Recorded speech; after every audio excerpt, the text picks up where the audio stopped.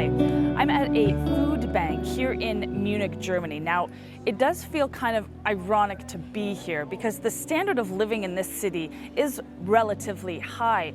However, that does not mean that those living here are not susceptible to the same sort of economic woes that others in other German cities or European cities are currently facing. For one, rising energy prices is hitting everyone in Germany, is hitting us here in Munich. So is the inflationary prices on simple food items, upwards of 15%. For some items, we're seeing prices increase well over 50%, which basically means everyone simply has less disposable income or is rationing what they do have in different ways. And that is changing the faces that we're seeing at food banks like this all across the country. Let's go speak to some of them. There are over 960 food banks across Germany, all of which are seeing a rise in the number of people requesting their donations. According to organizers here, they've seen more registrations in the last 6 months than over the last 2 years. Durch das, dass die Inflation gestiegen ist, sind die Lebensmittel teurer geworden und die lange halten und vor allem nicht, wenn das Verfalldatum wegen einem Datum drüber schreibt, trotzdem noch gut erhalten sind. Bugünkü devirde çok zor olduğu için gelir yok, çok az ama her şey çok pahalılaştı. O yüzden hiçbir şey yetmiyor. Hele bir de büyük aile olduğu zaman çok zor oluyor. Kavanoz yemekleri halt ucuzdan alabiliyoruz idare edebilmek için. Tavuk olabilir, balık olabilir, fasulye, o tür şeyler daha çok rezerve olaraktan alıyoruz yapabilmek için. Çünkü onlar daha uyguna geliyor bizim için. All of the food and clothing items are donated to them by grocery stores, individuals, and even other food banks. But what worries organizers such as Petra is that despite the increase in the number of people coming to see them, what they can offer them is decreasing. We had donors who were giving money for years to our organization, and they were just writing, "So sorry, I can't give you any more money. On the contrary, I would just really like to pick up some food because I can't make ends meet." So people who used to be on the other side, donating and helping us, are now coming and asking for help. The war in Ukraine has obviously added to the number of people lining up at food banks all across the country. But what's really interesting is the demographic change. There's young people, there's old people, there's middle class people, there's people from other European countries that we've met here today, from Italy, from Romania, from Poland. It's quite disturbing to see how these economic times are really changing individual lives. We met one gentleman who used to have a high-class job, but then COVID-19 struck. He lost that job, and now he finds himself here every Friday. And I think what I take away, what's hit me the most about being here, is that those tough economic times and those reasons that each person has for being here are not yet over. It'll be very interesting to see who else we meet in these lineups in the weeks and the months ahead. A small Balkans country, Croatia, heavily depends on foreign energy resources. It imports most of its oil and gas, which makes the country particularly vulnerable in the wake of the global energy crisis. The ordinary people try to prepare for the incoming winter, finding alternative means of keeping their homes warm. Robert Valdec is one of Croatia's most recognizable TV faces. Some 11 years ago, he moved from Croatia's busy capital, Zagreb, to his simple rural home close to the border with Slovenia. After all that time heating his home with natural gas, Robert now fears that won't be an option for this winter. Već prošle sezone grijanja to je poskupilo strašno, ne? Dakle, rate su mi iznosile mjesečne u sezoni grijanja i po 1300-1400 kuna, s time da sam štedio. Ja? A ove zime koja nam dolazi, bojim se da će to biti sigurno bitno skuplje, kao prvo, kao drugo, nisam siguran da će uopće biti plina. These days, Robert makes sure his old and trusty wooden fireplace is clean and in working order. He thinks the firewood might be an answer for keeping his home warm in the cold winter days. Da, svakako namjeravam i to uskoro u narednim tjednima nabaviti barem 4 do 6 kubnih metara drva za zimu. I drva su poskupjela i to prilično. Recimo, prošle godine je kubni metar bio 300-350 kuna, sad je već 500, ispod 500 više ne možeš nabaviti drva.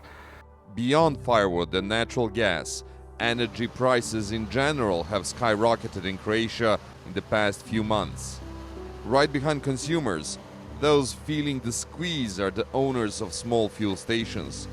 The government blocked their retail prices and their profit margins.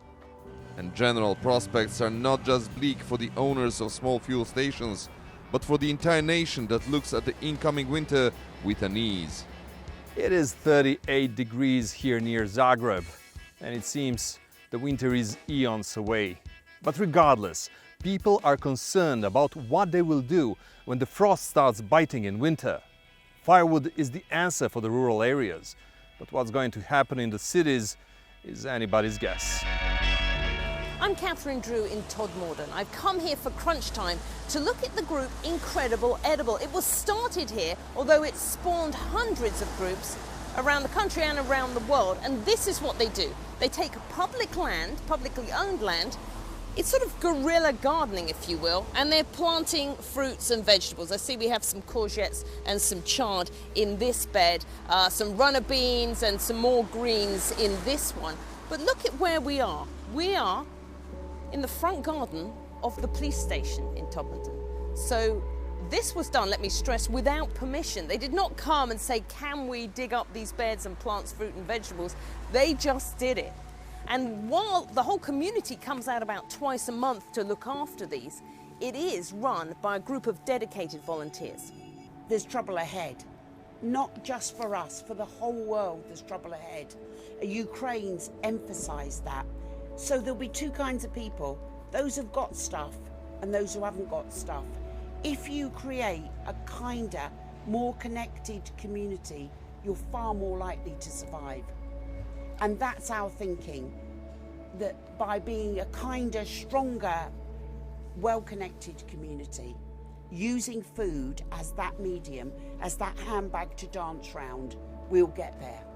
And while this group, Incredible Edible, has spawned all these other groups around the country and across the world, what they want is to push this movement further so that councils across the UK can list their land, the publicly owned land that can be used to grow fruit and vegetables, to, on a local level, address some of these big issues, the cost of living crisis, food insecurity. They want every town to be like Todmorden and to have fruit and veg growing everywhere, even the police station.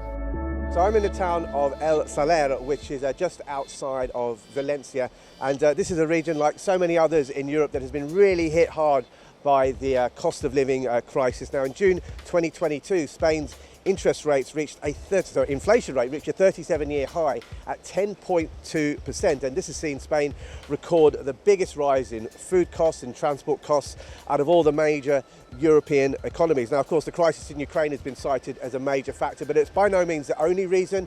Spain's relatively slow recovery from the financial effects of the pandemic has also been cited as a main cause. Now, I'm with a Spanish middle-class family, Jose and Amparo, and their two kids are currently playing in the sea over there, and I'm going to find out how exactly this cost of living crisis has affected their daily lives. Jose, if I could speak to you first, I mean, how has the sort of the financial impact hit you over the last few months? Bueno, el impacto en España ha sido muy grande. Tenemos problemas económicos tanto la clase media como la clase media alta o incluso la clase baja. Sobre todo creo que los precios han subido demasiado con el tipo de sueldo que tiene el español. No refleja la subida del gasto, gasolina, luz, agua, todo sube y luego el sueldo español se queda bajo. Entonces es difícil para la clase media poder continuar con ese nivel de vida que tenía. Es como intentar que la clase media desaparezca y se quede solo la clase alta o se quede con una clase baja. So what does the future hold for families here in Spain? Well, remember, most people, as you can see, are still on holiday, but the big test will be is when people start going back to work or start going back to school in the big cities like Madrid, like Barcelona. Of course, transport costs will be a factor, and of course heating bills are going to start going up as well because of the onset of the colder autumn and winter months, and all this with the very recent news that interest rates here in Europe have gone up. So that's going to affect everybody who has a loan or who's looking to buy a house or who has a mortgage. So it looks like that for families here in Spain, life is going to remain very, very expensive for the foreseeable future. At Slovenia's top retirement home, the manager showed CGTN 2 months of electricity bills. Last December, they paid around 5,800 euros. And this is an invoice from January this year, and it cost 40,800. And this is 780% more than we paid in last year. And no one didn't explain to us why. That's when the headache started for the tenants of this state-owned retirement home in the town of Domžale, close to the capital Ljubljana. Since the end of the last year, electricity provider Petrol listed this retirement home as a commercial user. That was a reason for the unusual electricity price hike. Due to the unique way of paying their bills, the pensioners in this retirement home received up to 10 times higher electricity bills. Jaz sem sama in moja penzija je recimo za eno normalno življenje zadost, ne pa za tole pa res ne. Imam nekaj prihrankov, ampak kaj jih več ne bo, ne vem. Ne vem, res ne vem. Bom morala prodati stanovanje. This retirement home is the first in Slovenia to face such a problem, as their contract with the supplier expired first. Soon, other retirement homes in the country would face the same issue. Problemi bojo, ampak so rešljivi. Je pa res, da v tem trenutku je tudi veliko dobaviteljev energentov, ki to priliko izkoriščajo za povečanje cen. The manager of this retirement home puts the blame on how the electrical energy market works. In Slovenia, we produce for 85% electricity by ourselves, but we sold this electricity to the European stock market, and then we have to buy it back with different prices. So this is an anomaly in European Union organization. It is hard for Primož to understand why the electricity price has increased so much for them. Tenants are demanding answers for the energy price hikes, yet it is hard to imagine the elderly and barely moving citizens of the country rallying in front of the government. So it is up to Primož and a few who understand the gravity of the situation to try to help those who for their entire lives pay their dues to society.